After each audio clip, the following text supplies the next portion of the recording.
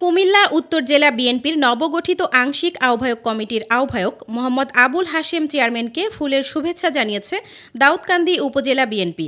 দাউদকান্দির গৌরীপুর তার বাসভবনে গিয়ে উপজেলা বিএনপির নেতৃবৃন্দ এই শুভেচ্ছা জানান। এ সময় উপস্থিত ছিলেন উপজেলা বিএনপির আহ্বায়ক এম.এ. লতিফ ভূঁইয়া, সদস্য সচিব ভিপি মোহাম্মদ জাহাঙ্গীর আলম, সিনিয়র যুগ্ম আহ্বায়ক মোহাম্মদ জসিম উদ্দিন আহমেদ, যুগ্ম আহ্বায়ক আহমদ হোসেন তালুকদার, মোহাম্মদ এনামুল হক সফর তালুকদার, এম.এ. সাত্তার, মোহাম্মদ কামাল হোসেন সহ দলীয় নেতাকর্মীরা।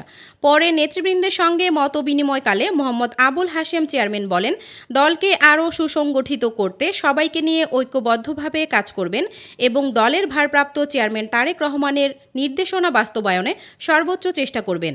এদিকে দাউদকান্দি উপজেলা বিএনপির আহ্বায়ক এম.এ. লতিফ ভূঁইয়া বলেন, আবুল হাশেম চেয়ারম্যানের নেতৃত্বে কুমিল্লা উত্তর জেলা বিএনপি আরও শক্তিশালী হবে। দলীয় ঐক্য বজায় রেখে আগামী দিনের সাংগঠনিক কার্যক্রম সফল করতে সবাই একযোগে কাজ করবেন বলেও তিনি আশাবাদ ব্যক্ত করেন। Daisy Sultana, DTV, Daudkandi.